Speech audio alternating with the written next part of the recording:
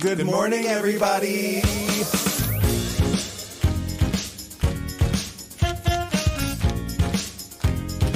Wake up. Wake up, wake up. In Provincetown. This week featuring Wake Up, Wake Up.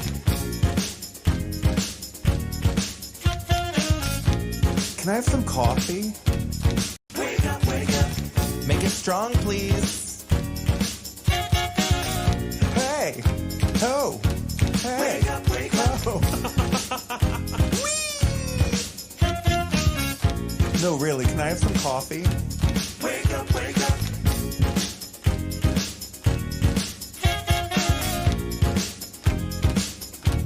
Wake up, wake up.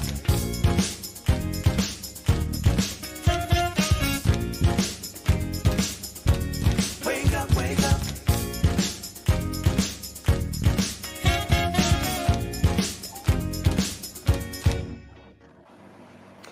Good morning, everyone. It is Friday, March 29th.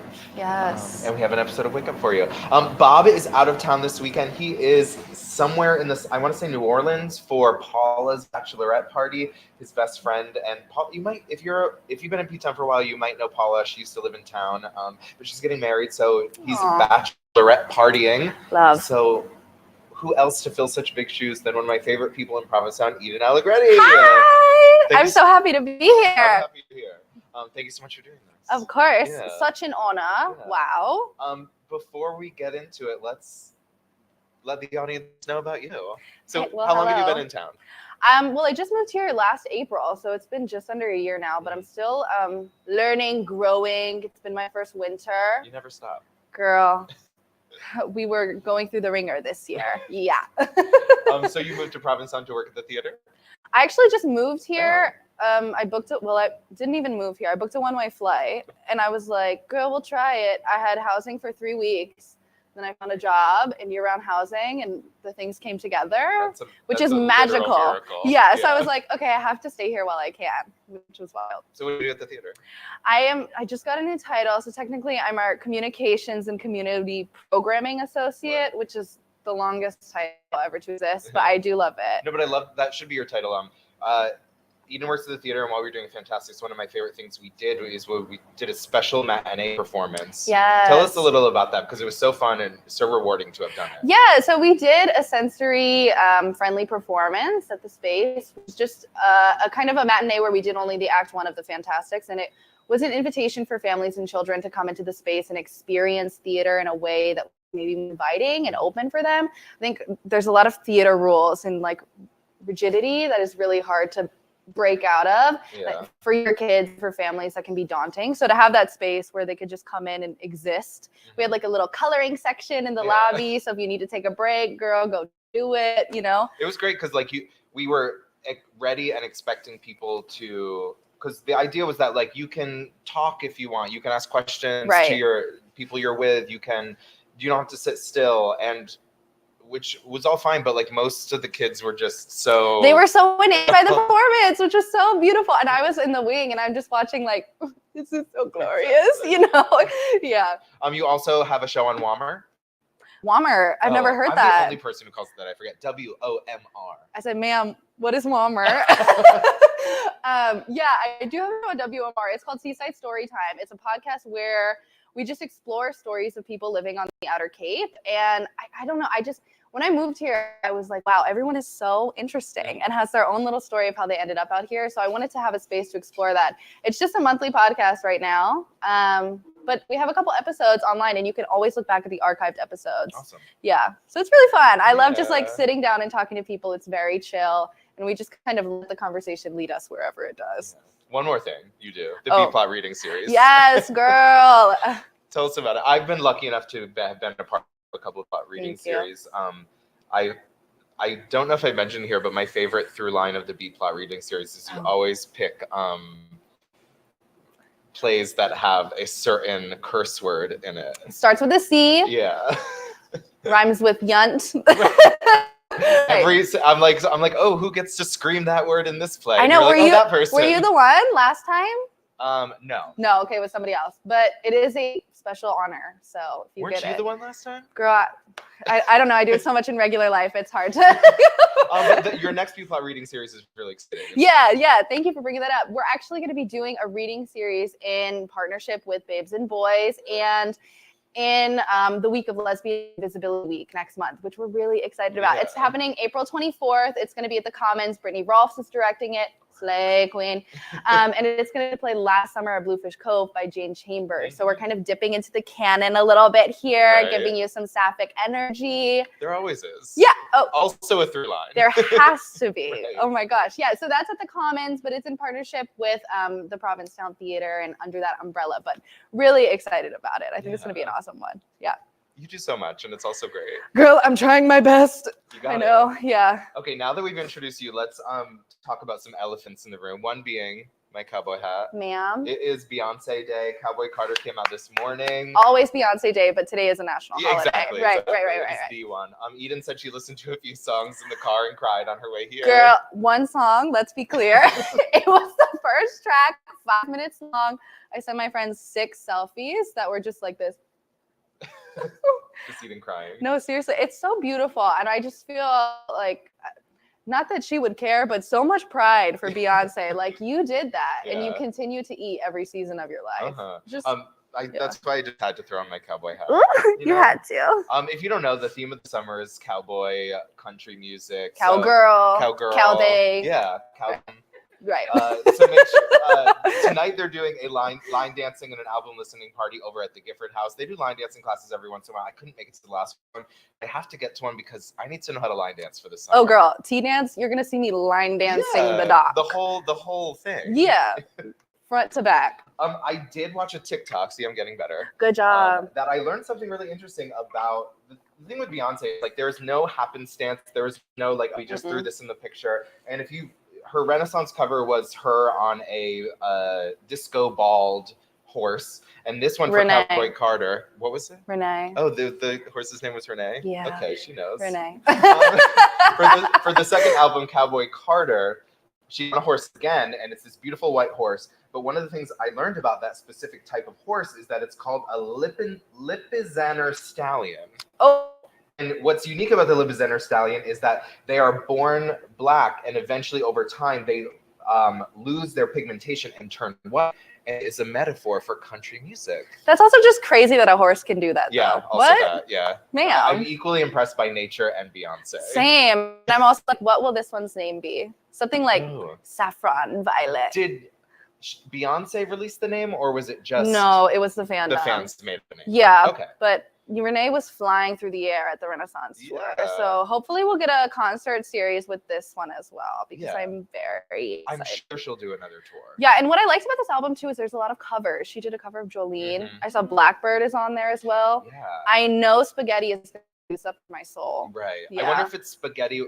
Girl. Is it a reference of spaghetti western, which is like a type of no? Okay. We'll figure it out. Spaghetti western is when they used to. It was cheaper to make western movies in Italy, so they would go and film them Wait, in Italy. So they're called pause. spaghetti westerns, right? What? That's right. Yeah. That is so cool. Mark's our fact checker. Love that. Thank you. Yeah. I'm really excited. Yeah. No, it's a good one. Huh? Oh, I love Oh. that. She's honoring her Italian heritage. Love that. Um, Spaghetti Queen. But one thing also interesting, and I'm sure I saw on a TikTok, was the reason that she recorded Blackbird, and I think the artist featured is another Black female country artist. And the Mm. reason they brought that together is because when the Beatles wrote that song, it's written about Black women.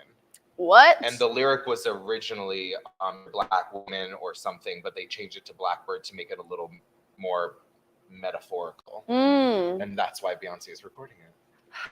And listen to it again with that understanding, and the song becomes really meaningful. Yeah. Wow. Okay. Beyonce really does not do anything accidentally. No. Yeah. what a And you got to be on genius. TikTok to learn.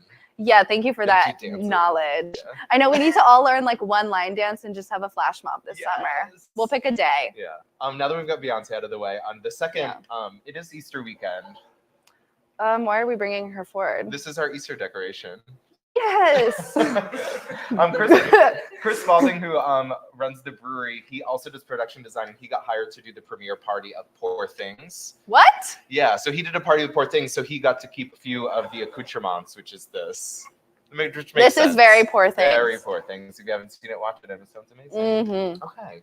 I think we got all the stuff out of the way. Great job. Did you get up to anything this week? Well, we had one of our free movie nights at the Provincetown Theater. We screened Singing in the Rain, which was so fun. I had never seen the film before, so that was interesting. I feel like that's also got to be a really great environment to watch it. Oh, yeah, and it's like a sing-along vibe, so everyone is just enjoying. We're eating popcorn, we're chatting. It's low-key, which is nice. Y'all did a few of them over this weekend. Yeah, we did Sound of Music, Grease, which was very fun. Thank you, Tom Marquis, for my Pink Ladies outfit. Very much needed that.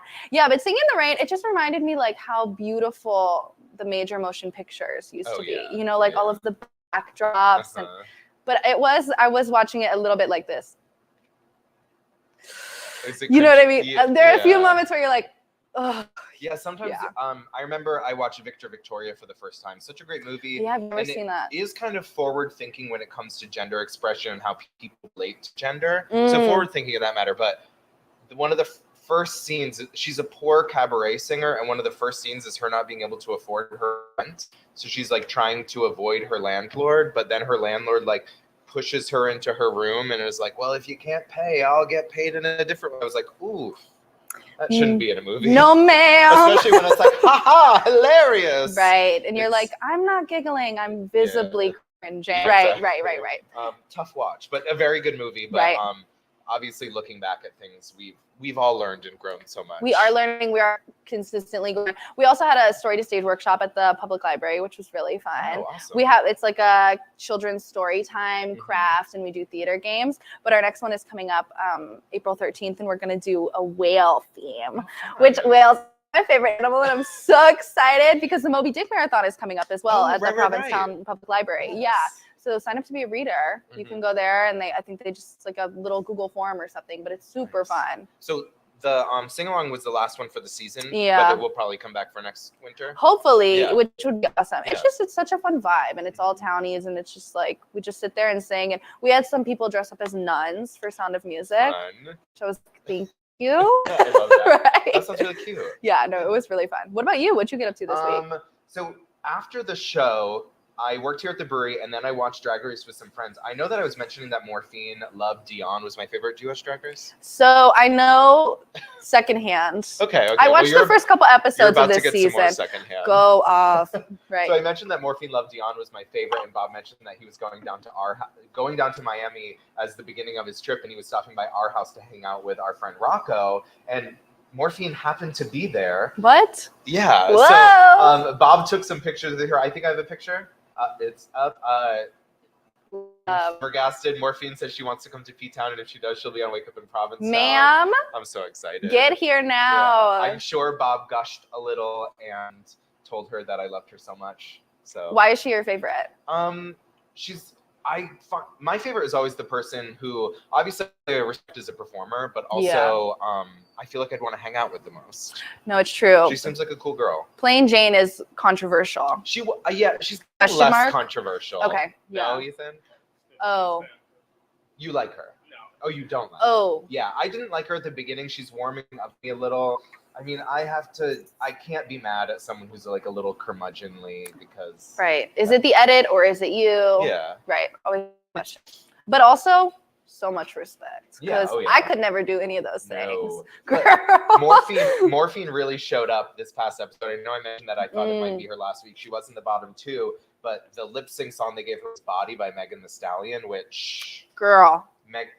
Morphine is not going to mess that up. It was one of the best lip syncs of the season. I feel bad for the girl that she annihilated in the lip sync. Who was it? Dawn. Yeah. Bye, baby. Yeah. So after that, the next day, I drove up to Boston to surprise Joelle and Andrew. They had their show at D-Bar. So sweet. The show was called My Heart Belongs to Daddy. It was such a great show. Packed house at D-Bar. And also, it was dinner and a show, and D-Bar has some of the best food. Oh. It's really approachable, kind of classic American fare, but it's done so brilliantly. The space is really amazing. The staff is so great over there. Joe and Andrew were amazing. It was a really great show. What did you have to eat? That's the most important chicken question. under a brick is always what I get when I go to D-Bar. What is that? I think it's chicken. It's a brick? They put a brick on it when they cook it, I think is the when vibe. they cook it. Yeah. And then they serve it. They say, no brick. Yeah, they take the brick away. I'll have to eat the brick. Good. It's amazing. Go to D-Bar.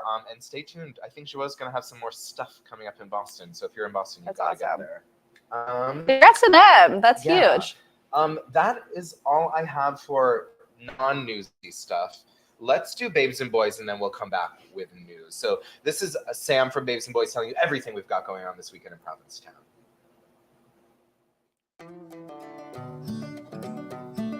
Good morning, everyone. Happy spring and happy Friday, because today we get Beyonce's new album. Today on Friday, the 29th, we are hitting the Sweet 16 of Women's March Madness. Come on by the Provincetown Brewing Company, and if you're winning, I want to know about it.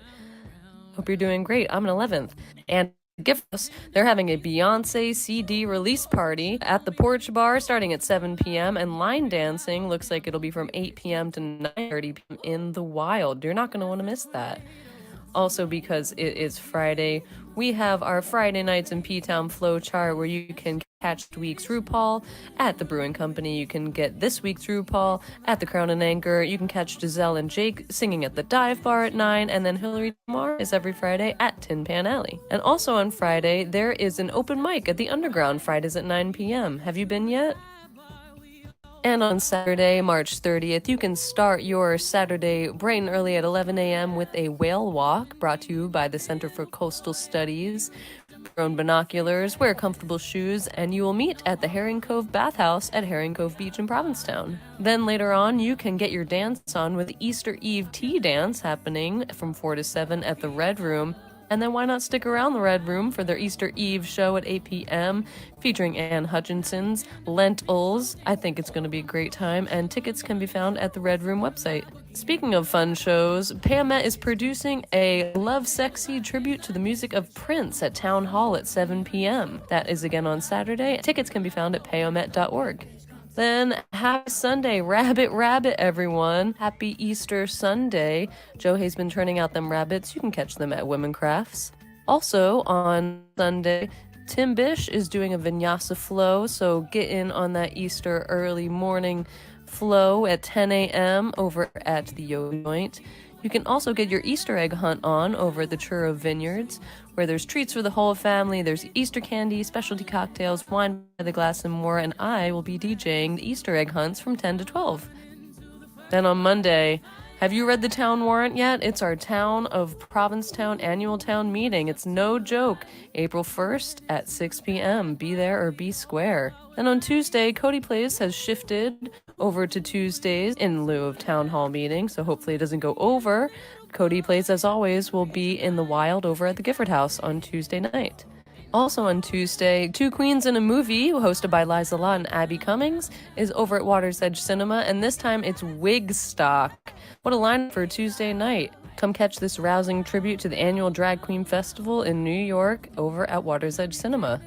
Then on Thursday, the Harbor Lounge is opening day on 4/4, and they are going to donate 100% of their sales from their opening day to the Jamaican congregation to help secure their Pond Village Community Chapel. So go ahead and get a few drinks on over at the Harbor Lounge. They are open from 2 p.m. to close.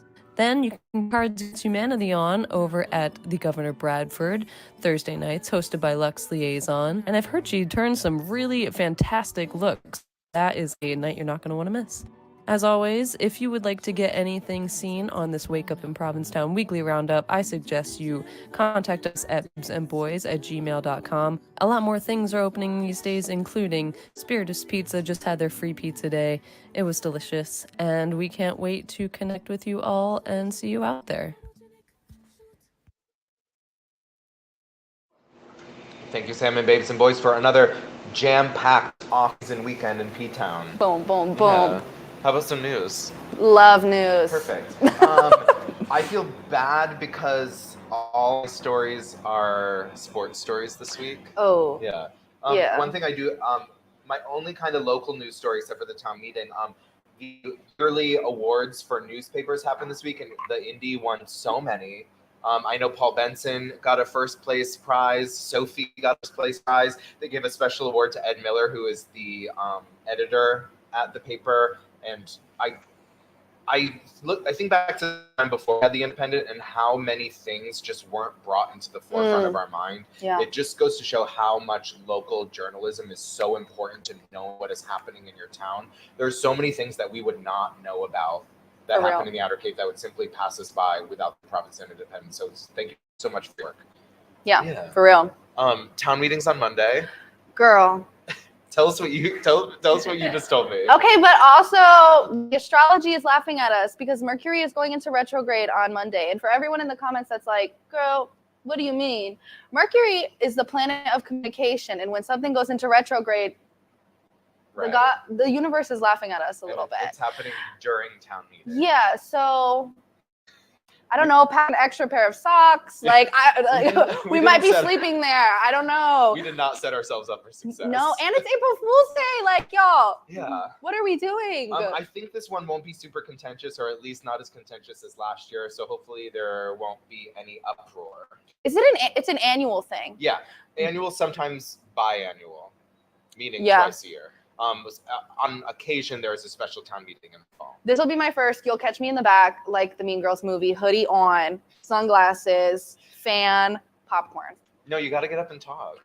Girl, I'm a little scared, but I'm excited to be a part of this community Yeah. and actively participate. Yeah, That is very important. It really is. Yeah. Okay, let's get into one of my sports stories. So Love. the Barkley Marathon happened this past week and had its first woman finisher, which this story is one of the longest stories I've ever made notes for, but it's simply because every sentence I read about this marathon, it just got crazier and crazier. So the Berkeley Marathon happens in Tennessee. It requires runners to complete 100 miles of rugged terrain in under 60 hours. Ma'am. Right. So Jasmine Paris, 40 of Scotland, became the first woman to ever finish the race, and she did it with 1 minute and 39 seconds to spare. Wow. It's her third attempt. She has never finished it before, but she finished it and in time this time. Yeah. And if that's not impressive enough, this makes her one of only 20 people who have ever completed it. Wow. Yeah. So there are some years where it happens where it doesn't even get completed by anyone. She is an ultra runner, obviously, and also a veterinarian. In 2019, she became the first woman to win the Montone Spine Race, which is a 268-mile ultra marathon in the United Kingdom. Wow. She broke the previous course record by 12 hours, despite having to stop at checkpoints.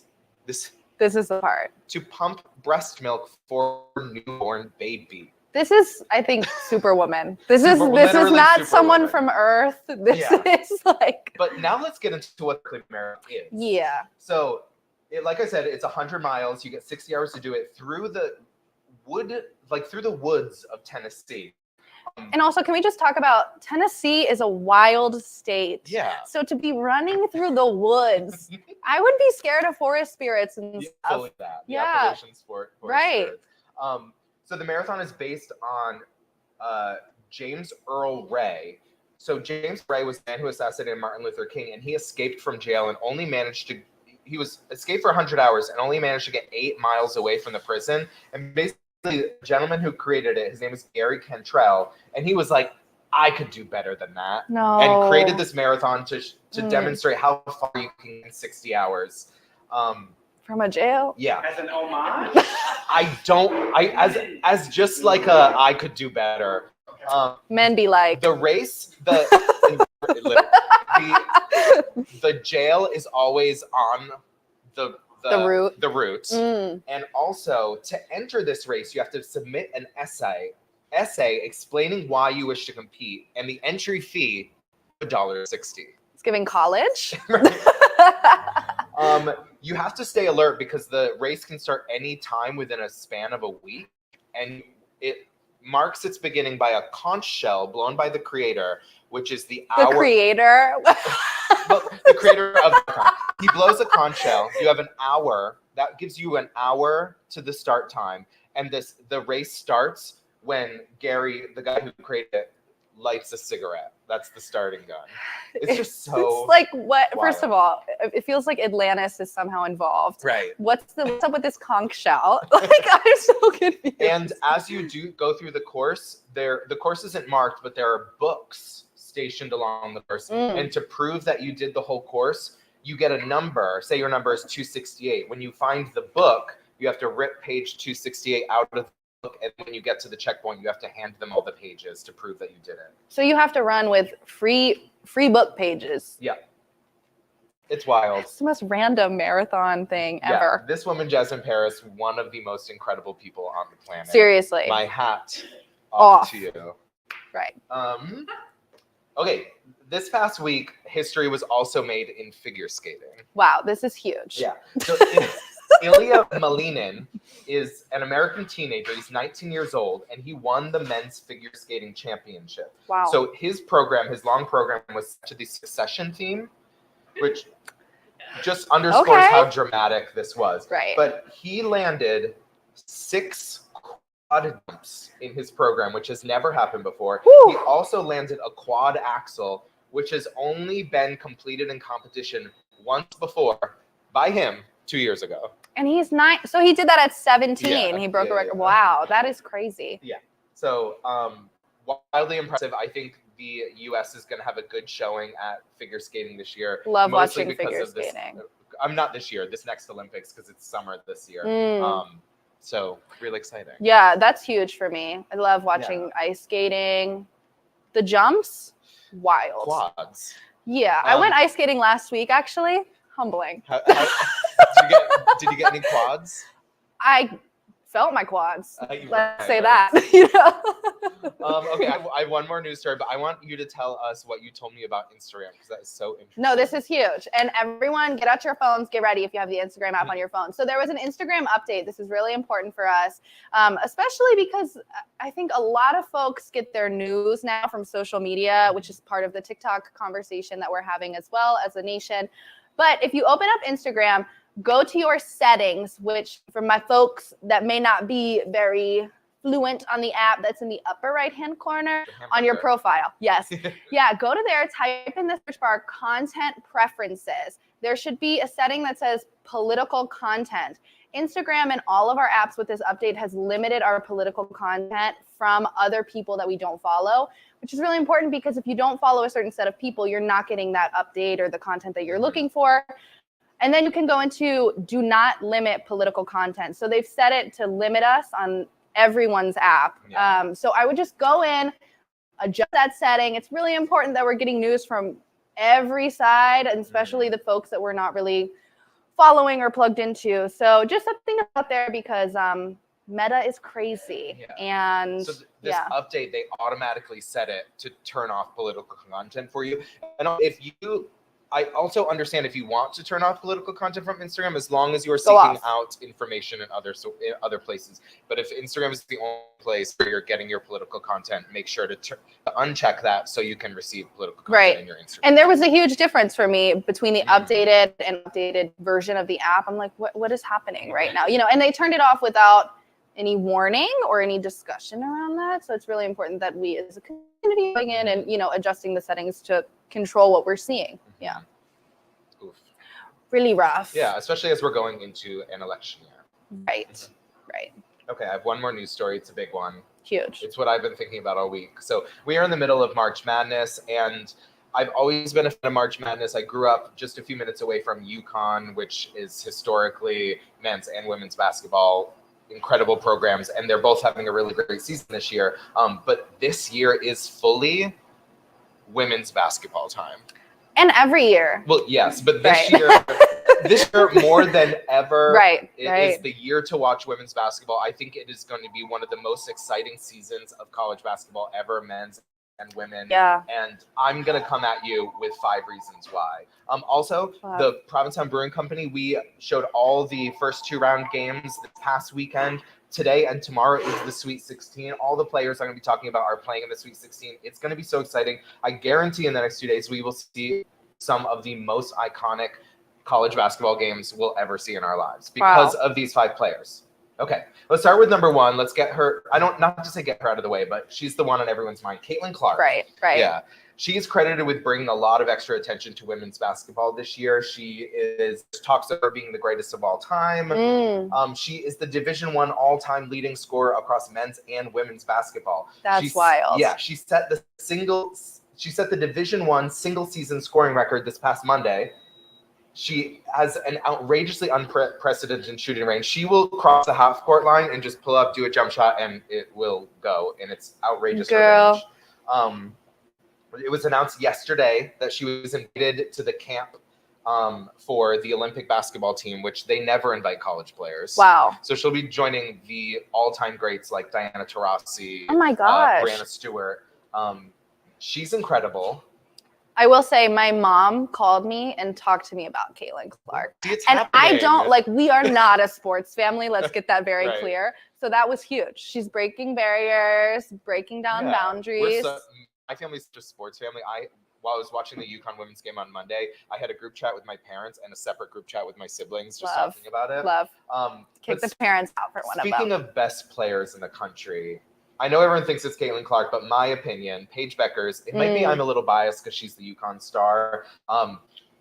No one is having a better postseason run. She across the Big East tournament and the first 2 games of the NCAA tournament, she's averaging 30 points, 9 rebounds, 5 assists, 3 steals, and 3 blocks. Like that is incredible numbers. Just an all-around player. She's doing everything. And I think if she wasn't plagued with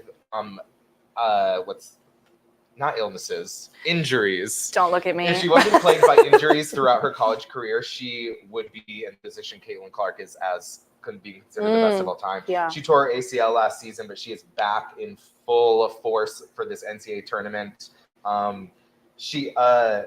So after they beat Syracuse, their coach said she's top 3 player to ever come through UConn, and I'm just wondering, is she better than Diana Taurasi or Brianna Stewart? Which one is it?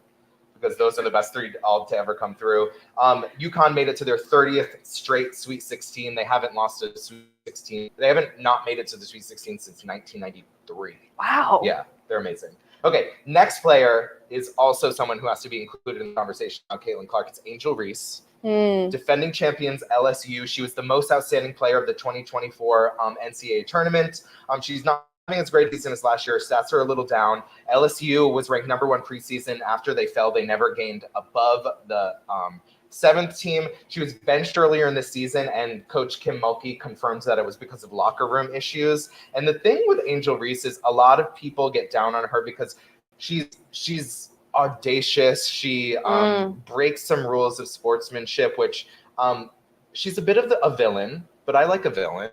Love a villain. I support women's rights and their wrongs. Exact. And Angel, I have LSU and Iowa, Caitlin Clark's team meeting up in the Elite 8, and I have LSU winning because people say if Caitlin Clark wins the tournament, she's going to go down in history as the greatest of all time, and I think Angel Reese is going to be like, not on my watch. Oh, love that. Vengeance. Right. Yeah. And if you're one of those people who thinks Angel Reese behaves poorly and Caitlin Clark doesn't, I'm not saying you're wrong, but I'm saying maybe sit with that for a minute and ask yourself why and make sure there aren't nefarious reasons as to why you think that. Yep. And also, if you think Caitlin Clark and Angel Reese are both problematic, take a moment to think to yourself whether if men were acting this way, you would criticize them in the same way. Yourself. Yeah. 2 more players. I'll get through them really fast. Juju Watkins. She's a rookie for USC. USC is one of the favorites to win. Mm-hmm. She became the single season scoring record holder in her first season. She's one of 4 freshmen to ever reach 800 points in a season. Wow. And if she reaches 900 points in the rest of the tournament, she'll be the first freshman ever to reach 900 points in a season. Dang. And she's a freshman. We're going to be talking about her for a few years. Last one, Cameron Brink. She just announced that she's declaring herself for the WNBA draft. She did have 1 more year of eligibility. So Audie Crooks was a player who scored 40 points. She is a huge post player.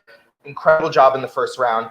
Then she went up against Stanford and Cameron Brink. Cameron Brink is the best defensive player in the league. She is the best shot blocker. She held Audie Brinks to only 3 of 21 from the field, which is why they won. Shut down Audie Brinks. I really thought they were going to go a long way, Iowa State, but if they were playing anyone except Stanford, they would have.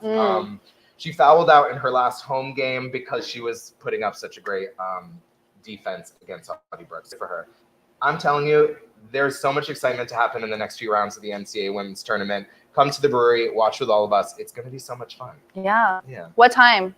It happens all the time. I think games start at 4 today. I'm not positive, but they're all today, all tomorrow, and then some of the Elite Eight games are on Sunday. Perfect for a rainy weekend. Yes. Yeah. Okay, I'm taking too long.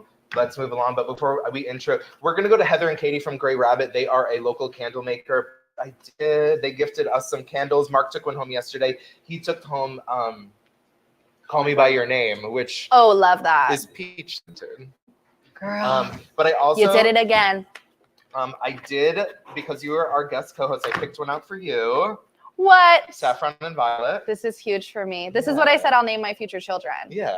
I love this. Also, I grabbed Herb Garden and also Gay Gardens. Herb Garden is obviously herbaceous. Gay Gardens is floral, but also like some dirt scents. This is gorgeous. Yeah. Wow. Let's go to Katie and Heather from Gray Rabbit.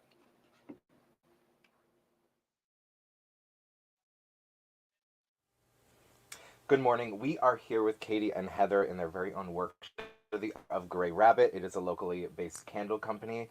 Thank you so much for chatting with us today. We're so happy to have you. Yeah, thanks for coming down I love this stuff. to the lair. So first and foremost, before we get into candle, how long have y'all been here in Provincetown? So we came here right at the end of 2019, beginning of 2020. I got a job right as the pandemic hit, and I was very fortunate that they still wanted me to come out here and work, so we made the move and been here ever since. And you were at Canteen. You're still at Canteen? Yep, That's Canteen. awesome. One of my favorite spots. Yeah. That's good. I like to hear that. Yeah, right. So how long have y'all been making candles? I started, we were kind of doing it as like Christmas gifts for family and stuff, and just very lax, and everyone was kind of like, you should really make these a lot more, and people request them a lot. And it was honestly moving here and kind of having the space, and also having Heather here to help me out. And the Canteen was a huge help. They have that market, and we're like, well, let's try a craft fair. Like, let's see how many we can make.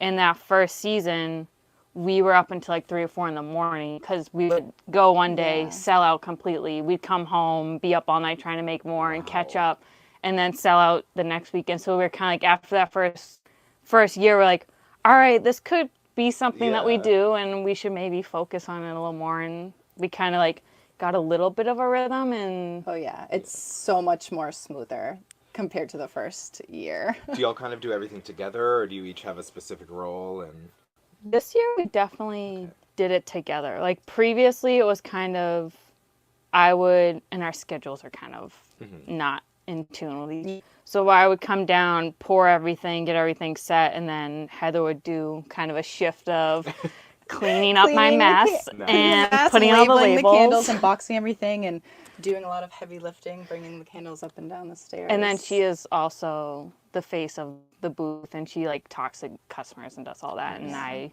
kind of hide in the background and so I feel like hide in the basement and pour the wax. I feel like I was mostly like quality control for like the first couple of years, and now it's more so we're kind of blending and just figuring out our new roles. Who is more? I mean, do you both come up with like the scents, the names? Because I know there's a lot of creativity built into that. She's definitely helps me with the names. I come up with terrible names.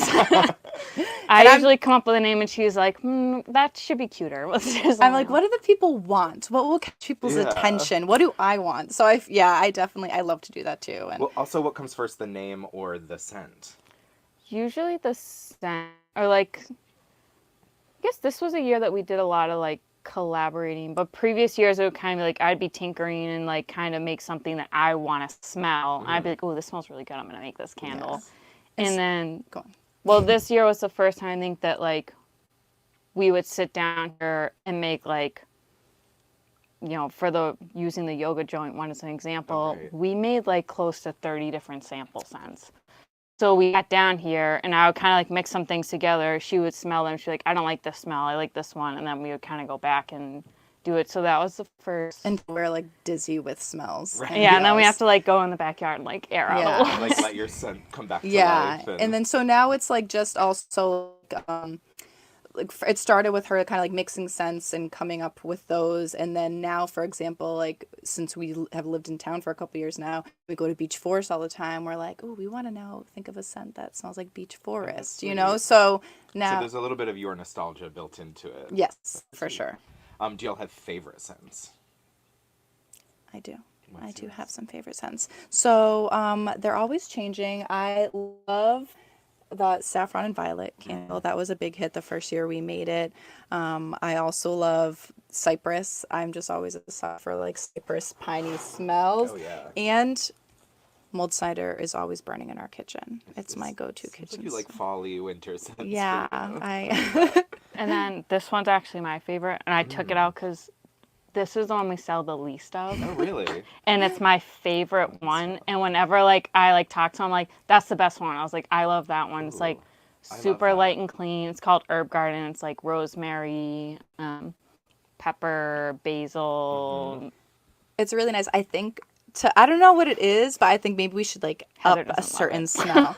I What? I love it. It's really clean but still really bright. Which is kind of Yes. what I go for a lot. I like citrusy. I like herbaceous. I'm not a big floral person, so this would definitely be great for me. Yeah, this one's mine. I did notice one was called "Call Me by Your Name," and I was like, "Is that peach scented?" And I was It thinking, is. correct. It is. Yes.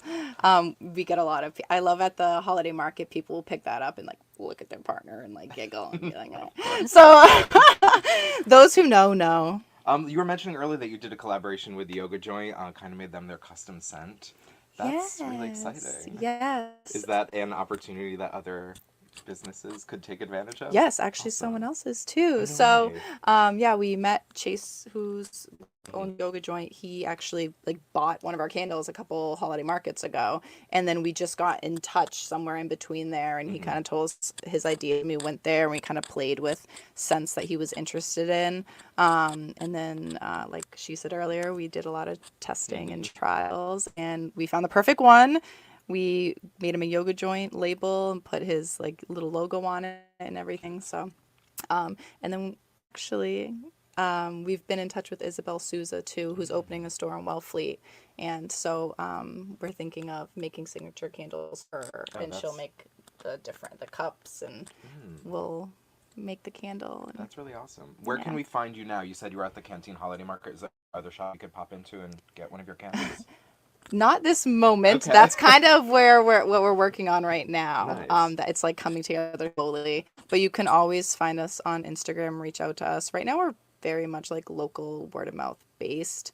But we are trying to get into stores, and if anyone ever wants any, they can just reach out to us directly. That's Yeah, amazing. I think this is also like the first year we've been able to consider that because like in the summers I'm always so busy with work that we've always been like, all right, we stop making candles after the market. We'll just like we pick back up at the end of the summer, like September, October, and this is the first time like, well, maybe we should go year round, and like we're making some in the next couple of weeks to do the samples for Isabel, and we're kind of like, all right, we have a little bit of a rhythm going. We're like, we could do this year round and like get something going now that there's two It's all falling minds into on place it. now, Yeah. I think. I mean, that's exciting. You're partnering with local businesses. A lot of the scents are local based. I think that's really cool and really amazing. We do too. It's so fun. I love them, That's and I great. love sharing them. So thank you so much for chatting with me today, and I'm sure we'll have some houses around Provincetown smelling great with your candles soon. Yeah, I think they're out there. Yeah, here's hoping. Head over to Gray Rabbit's Instagram page. You can DM them if you want to buy some stuff. And who knows, maybe we'll have a Wake Up signature candle in the future. Whoa, that'd be fun. Yeah. Please welcome Michael and Michaela. Hi. Yeah. Both of your first times on Wake Up. I was so shocked at Sure that is. fact. Yeah. So we have you coming in to talk about Pier-to-Plate, which is a new program in town. Tell us about how it was incepted. Yeah, so it's a 6-part lecture series that Mike and his wife Kalliope are sponsoring with the Economic Development Council. Oh, cool. And it is really, Kalliope had reached out to me and was like, are you interested in this? And I was like, absolutely. I'm on several boards in town, one of which is Harbor Committee with Mike. And to me, one of the biggest industries that we've always had in town is fishing. Yeah. And if we don't support it, it's going to die out. And it's very hard to get younger people into fishing. It's a very hard business. I have actually fished, and I'm like, ooh, Right. and you don't think about the cost when you complain about the cost of a lobster roll, which I do too. You don't think about what actually goes into that and what drives the market. And it's very difficult for people who didn't grow up in fishing families to figure out how to sort of get into it, or people who aren't necessarily interested in the fishing aspect, but are interested. I'm really interested in starting a fish canning business. And I love tinned fish. And it's having a real moment. Yeah. Love that. And someone like me, who my family has Sal's Place, so I have a commercial kitchen. And for somebody like me who has access to that, it's still really difficult. Like, how do you figure it out? There's only a few canneries in the country. Wow. One of them is actually in New Bedford, which was just opened by Island Creek Oysters. But there's so many obstacles. And the really amazing thing about Provincetown is, while what we lack in housing and access to amenities, we have in resources, but it's very difficult for people to access them, or to figure out. And it's not for different organizations' lack of trying. It's just like, where do you start? How do you find these things? I mean, I'm on, I don't know how many boards, and I miss things that happen in town, or like access to things. So Kalliope and Mike had taken this program, E for All. So that was our first series, was on Wednesday with Jen Anderson from the Community Development Partnership and Christian Marshall from For All, which is a 12-week intensive entrepreneurship program on the Cape. Wow. And they pair you with 3 mentors from businesses, and they really help you get your business off the ground. They go through, I think Mike could probably talk a little bit more about it, but and then the Community Development Partnership is about getting microloans for businesses who might not necessarily be able to get a loan from the bank, or teaching them how to do QuickBooks, or all the sort of, like, I have this really great idea, but I've worked in a restaurant forever, but I don't know anything about the back end of the business, or, so sort of overcoming the obstacles that people might find. And then next week, this coming Wednesday, is Jen Bushman, which I'm really excited about, because she is a co-founder of Fed by Blue, which is an organization that promotes sustainable seafood practices and women-owned businesses in seafood. She's also doing a 3-part docuseries with Jose Andres from World Central Kitchen, Shailene Woodley, Martha Stewart, on PBS, called Hope in the Water. Wow. And I was talking to her, and I was like getting like butterflies about like all of the things that people could learn from this. And, then there's Jesse Rose from Midnight Hour. He's a scalloper who has his own fish delivery business. Doreen Leggert, who I met when she came to, we did a joint pier and harbor meeting, and she came to advocate for the fishermen. And I was like, wow, this is somebody who's really amazing. Because a lot of people who are in the fishing industry are just, they put their head down and they work. And when things are hard for them, they just work harder. And it doesn't always have to be that way. There can be people who can help you and advocate for you. And so that this is really amazing. And then there is the Cape Cod Cooperative Extension, teaching you how to really get in front of your customers, how to build your brand.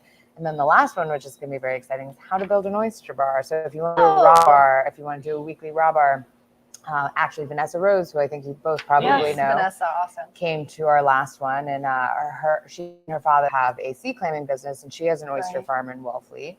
And she was like, she's grew up in the fishing industry, but she's like, I don't know all the regulations on how to start a raw bar, and I don't know how to do that. And so, Mike, I think, can talk a little bit more about that, because that's what he and his wife Calliope do. One of the things we wanted to do is also, during the pandemic, one of the things we noticed is that we're in a food desert. We're at the end of the line, and we have access to all this beautiful local shellfish, fish. How do we get the fishermen to also be able to reap the rewards of being so close to their consumer? Why are our oysters, that when we sell them sometimes, Massachusetts has a collaboration. Our oysters don't go anywhere in the world, but we're Mermaid Menu is a woman-owned, low-carbon footprint business. I'm CFO and lead lead picker up of heavy things. You know, Perfect title. It's Yes. it's a lot of work. I'm a 5th generation Provincetown, and I've had the opportunity to not have to fish for my whole life. I got back into it because you have to have a second job here, or in some cases a 5th, 6th, 7th. You know, I own like 3 different businesses right now, and one of the things we noticed with the shellfishing is that there's also so much more to offer out there. It doesn't just have to be, I raise an oyster, I sell it. I raise an oyster, I sell it. That's a lot of redundant work that there's other things to do. The EDC has been really awesome in making sure the economy is forward facing in this town, and they're really trying to get aquaculture to be part of that. We've started out there. We have aqua tourism now. We bring people out and let you actually put your hands on oysters. Wow. This Pier-to-Plate series is going to bring more people closer to their food source. And that was one of the things that we thought was really kind of forefront. And it's not competition. A rising tide should lift all boats. Yes. Why? Just because we're finding out the answer, shouldn't we share that with everyone else? Because there's 39 acres out there right now that are licensed. There's like 7 active farmers. Wow. I want to see 39 active farms. I want to see more, because Wellfleet has better marketing than we do. We have better oysters, and I'll say that on camera. That's huge. Drop a bomb here, but we do. Our oysters are grown in a huge tidal flow, sand and ocean water every day. I'll go toe-to-toe with the Wellfleet oyster flavor-wise, and I want to share that with the world, but I want to share it first with the people that are here in Provincetown that want to be here, and also connect the dots, because we want to be able to have people come out and actually get Provincetown oysters after taking a tour. Yeah, there's kind of no reason that most restaurants in town shouldn't be able to go. When the people ask, where are the oysters from? You should be able to point. Yeah. Well, and not only that, like, so I'm in the restaurant industry, so anytime I travel anywhere, I go to restaurants and try as much as I can on the menu. Yeah. But one thing that I've noticed is when you're talking about produce or you're talking about meat or poultry, and it's sort of a farm to table restaurant, they'll say, like, this lettuce was nibbled by a unicorn at noon on a Thursday in a westerly wind, and this this pig was this, and they're like, and this is a Wellfleet oyster, or this is a Duxbury oyster, and I'm like, oh, do you know from where? And they're like, no, but I'm like, but they have tags, but the tags, so it's very interesting and like places like Whole Foods, the same thing. It's like they're very focused on farmers and where this came from, but seafood is the same thing, and it should have the same sort of pride of place. And for us, like we're a fishing community and we depend on that a lot for our tourism. Yeah. But if we don't support it, then we're sort of just exploiting it. So I think that there's no reason that every restaurant in Provincetown, like almost everything, could come from Provincetown. Like there is such an abundance here. Yeah. And we're so lucky. And so for me, it's like the more that we can do to advocate that, but also the more that we can do, I'm a young, getting old person. But literally, we're all. But I know how hard it is to be young here, and I know how hard it is to stay here. And if you want to raise a family here or anything else like that, and like Mike said, people need 5, 6, 7 jobs. So having this program where people who have ideas, like there were people who came with such different ideas, and not even necessarily related to fishing, but like I think when you're sort of it's why they have like think tanks and brainwork things, because when you get people together and they collaborate, that's where you really get exciting stuff. Yeah, and it's beautiful that everything has a story with our food, right? I'm wondering, for this program specifically, who are you kind of hoping will come and attend these, and where can they find more information? Everybody. Awesome. That's and one of the things I think is interesting is we don't have to fill a room. Right. We want to put the right, asses in the seats. For sure. There are people that are going to wander in that have an idea that probably hasn't ever even been thought of, that are going to come to this. Like E4All is a great program that I went through, and they gave me some money to just start up an outdoor classroom. That's incredible. And I can now, it's turning the business, one of our business aspects around a little bit. We're actually able to offer this aquatourism. So you don't know, like Michaela said, you don't know what's out there until you start pulling it in and offering these resources to people. we honestly don't care who shows up. Yeah. We want people to show up. We want more people here, and we want to see what ideas you can bring to the table. Yeah. Because we have to have, I think, in this, especially in the working waterfront of Provincetown that's aging out, you have to have a foot in the past and one in the future. Right. Otherwise, it is going to disappear. Yeah, just come if you're nosy. Girl, I'll be there. Right. And if fill up, we're going to let you in. Yeah, You know, I mean, yeah. like, we wanted to kind of keep it a little intimate, like, so you could actually listen and talk and interact with people. But, you know, we're not going to include an extra person or two just because you're, you know, you're like, I changed my mind. I want to go. And I think that's what I think is also beautiful about this whole process is that with that theory of a rising tide lifts all boats, one of the things that we never thought we would see out there is intertwining with our artists. We're bringing artists up. We're doing plein air painting classes out there. We're doing yoga with 2 local artists. We have Elias who's coming out and she's done painting. She does sketches with us when she comes out. She helps us sort our muscles and then she'll like draw. And it's amazing what she can draw. Working against a tide as well. So we're working against the tide. She's working against the tide. Right. And one of our people that we met that did an art installation through the EDC a few years ago, Tor Jensen, who's going to be out there doing yoga with us. That's incredible. incredible. A tidal sensitive, and like if you want to stay and let the water wash over you as the tide comes in and like cleanse your soul, like however you want to do it. You know, it's you just never know what's going to come out of these programs when you number one open it up to everybody and just be a little accepting. Yeah. We also have free snacks. That's incredible. Where can folks find information about all of these? So it's on my Instagram, which is at Michaela.Murphy. And then Kalliope is more Facebook focused and is posted in the Provincetown community space. Awesome. Willie Nelson is also very The interested. mascot. And our cheap plug, we if you go on mermaidmenu.com, it's a great way to connect with us. Awesome. There's also a 4.5 minute EDC because we love to plug them because they are helping support and pay for this. They also gave us money years ago to help us get this website up and running. So we have a 4.5 minute long video of the history of Provincetown shellfishing. Which we should all watch. And we want to add to that. It's the start. It's the start of that. We hope this to be many years going. And so mermaidmenu.com, everything goes right to our emails. You can contact us pretty quickly, our cell phones.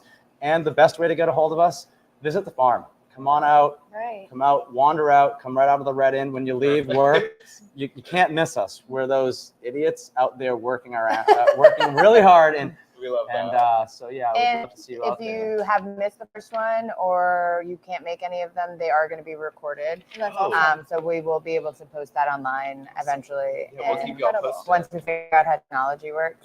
We're all or when I trying. figure it out. Right. And if you go out in the flats, keep your dogs from using them as bathrooms. Yes. Yeah. Although oysters Do we are. have time to plug this real quick? Yeah. Again, EDC, I love the program. This year they have sponsored Silver Shooters, which is the educational aspect of Mermaid Menu, applied. And we're going to have clambassadors out this year specifically for this reason to educate people about what's going on, show them the flats, and also help protect the food that's out there. Yeah. Protect the food, educate the people, and really welcome people to this, I say, untapped resource that we have every 4 to 6 hours throughout the tide cycles to explore and use as a valuable resource here in town. So keep an eye on clambassadors. They're going to be out there educating this summer. It'll be awesome to do. And that's the coolest title I've ever heard. I'd like to say I should have trademarked it. I had the chance. Ambassador.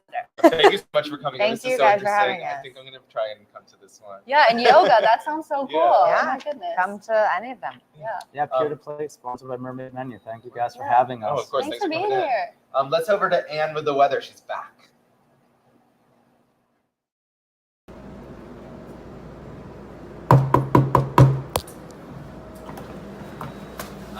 Is it time already? Don't worry. It's just they keep me in there to stay fresh, and the Provincetown Brewing Company takes part in the Rent to Locals program. This space is very similar to a lot of year-round housing in town. It's the same temperature inside as it is outside, so don't worry about me. Plus, there's no plumbing, and that just means that I can stay ahead in my chores of keeping the golden hook keg full.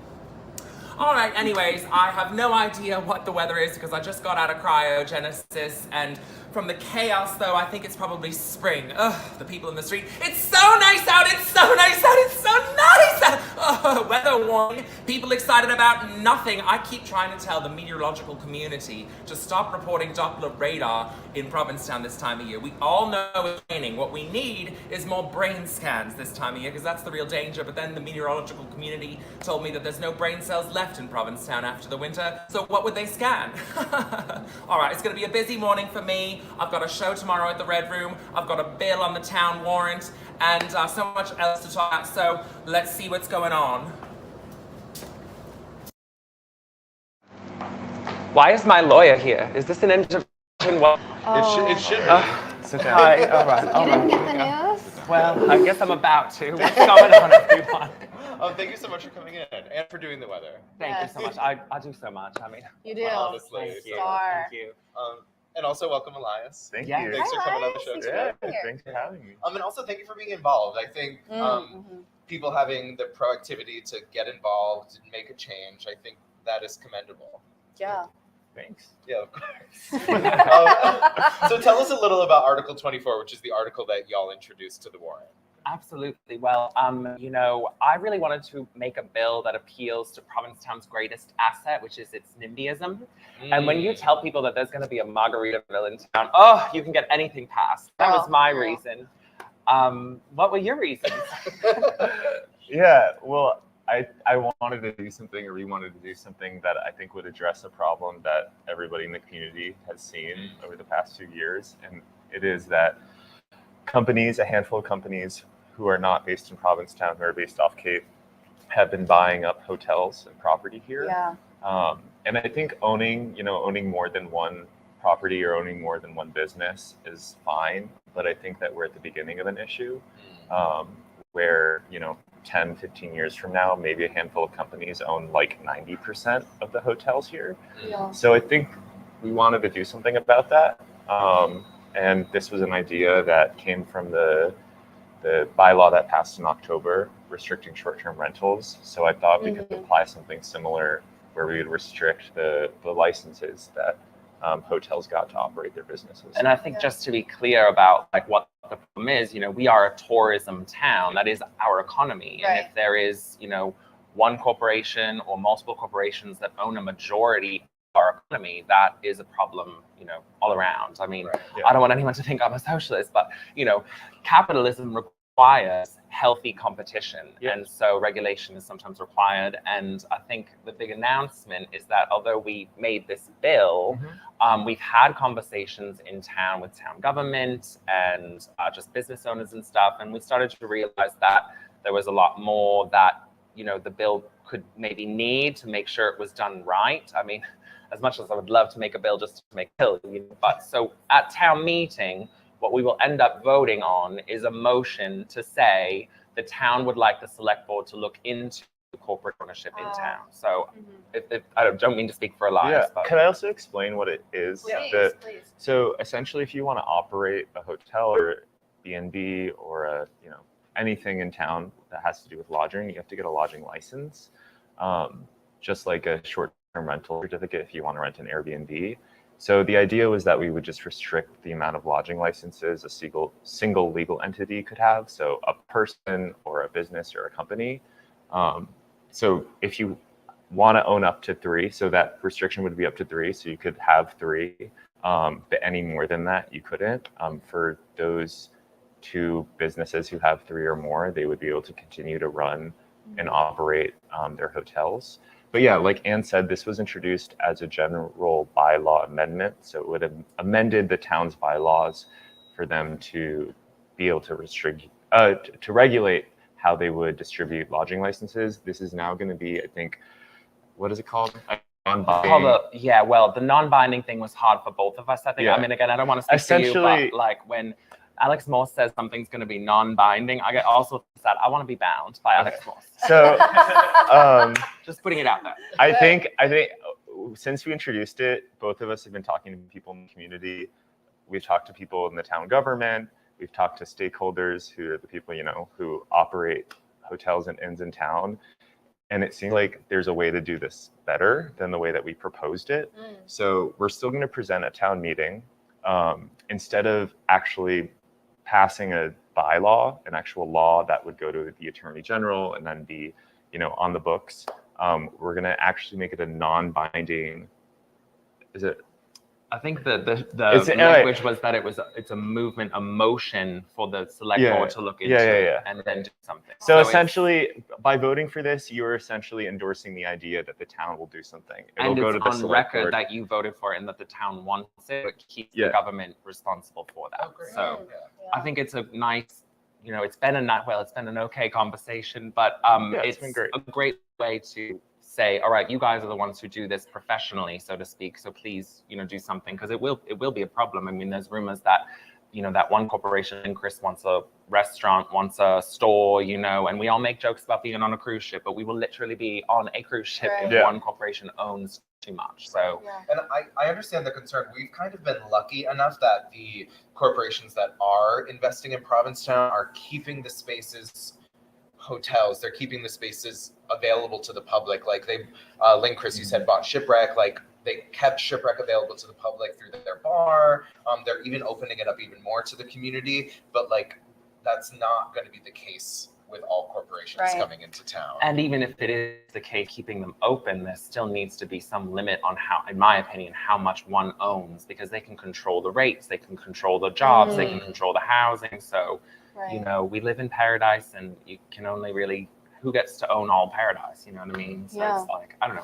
Yeah, also that's what they're doing now. And I'm not going to like villainize corporations to villainize corporations or companies. But I mean, take, for example, they just bought the Cape Cod Resort. They bought it a couple of years ago in Hyannis. Right. And that's a property that looks actually a lot like the Provincetown Inn. It was a family run, kind of a campy, like, resort, and they just turned it into a margarita bar. So I mean, I'm just saying, like, sure, maybe they will operate these businesses as is for a couple of years, but this is the kind of the thing I want to remind everyone, is that their companies and their corporations, their goal is to make money. Right. Like that's their bottom line. And they're not here. Yeah, their shareholders don't live here. Like the people who live here, who work at these companies, are the people who are working at them, like on the properties. But the managers, like the corporate staff, they don't live here and they don't have a stake in our community beyond using it to make money. Yeah. So I don't think it's intrinsically bad for like a company to own something. And I know that some companies are better than others, but we just have to think about the consolidation of all of these businesses and do something about it. Well, for folks that are interested in helping this, how can they support them to this cause? Yeah, I think come to town meeting, hear a presentation. Again, I think it's important to highlight that by voting for this, you are voting for the town to workshop it with the relevant committees to make sure it's enforced, to make sure, it does everything we want it to do. I think there was some concern. Mark actually pointed it out too, that some of these companies might save hotels from actually becoming condos or single family homes. And I think that's actually a really good point. So what type of recourse or amendment could we make to make an exemption? If a company says, hey, like I want my 6 lodging license because I'm the only bidder on this property that's going to keep it running as a hotel, then like there should be some type of like recourse for that. And I just want everyone to know, I think our article comes after the Montefield one, right? So keep your energy, because that Montefield one is going to be big. It's a retaining wall thing that's going to happen with Montefield, and I am ready for the drama. I'm going to get up there and I'm going to say, because they're going to say take away the wall, and I'm going to get up and I'm going to go build the wall, just to make it. I have a prepared statement. They're saying out there. Love that. Yeah, just kidding. Sorry. I think this is a great way to start the conversation and keep people's minds focused on where the direction of the town is going, because so often we find ourselves with problems and everyone says we should have addressed this 10 years ago. This can be prevention. Yeah. And it's like, what's the phrase? There's the best time was 10 years ago. The second best time is right now. Yeah. So exactly. Here we are. Let's focus. Let's start a conversation, and let's make sure Provincetown continues being good for all of us. Yeah. Great. Well, thanks for having us on. Thank you for coming in, and thank you for putting in this work. I know it is putting yourself in, I don't want to say the crosshairs because that's violent, but like the crosshairs. But it's a little violent. Yeah. I've done it before last year. I got in trouble, but It was, Yeah. I mean, I actually had some great conversations, and that's what we've said when we were thinking about this. I was like, at the very least, people will talk. And I think that that's a huge problem in politics right now, is that people aren't really talking freely or openly about what they feel. And so I've enjoyed that part, actually. It is beautiful. We live in a town with so much engagement and care for preserving what we have. Yeah, exactly. And I just want to say, if you do vote for this, the town will essentially take it, workshop it, and then a general bylaw amendment. So the actual law will come back to town meeting, and then you can vote on that. So we'll present something that I think is a little bit more robust and workshopped. And so again, you're voting for an idea, and you're voting for the town to do something, and then we'll kick it back. And because of what this is, I feel like I want it to move forward, and because I feel like if it doesn't, it'll send the message that anything can happen. Yeah. Just let anyone do whatever they want, which I don't think is the best course of action. It is kind of a value statement, I think, to these investors too. You know, they'll see it, and I think they'll know that this community really cares about what they're going to be doing here. Right.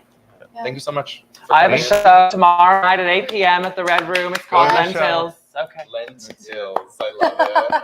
All right. Thanks for having us. Thank you all so much for being here. Thank you all for watching. A big thank you to our sponsors, the Shipwreck at the Brass Key, Crown and Anchor, Provincetown Brewing Company, the Boat Slip, and the Provincetown Business Guild.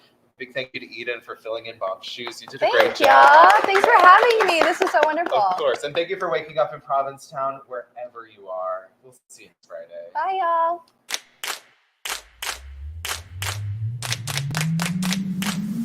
Good morning, everybody.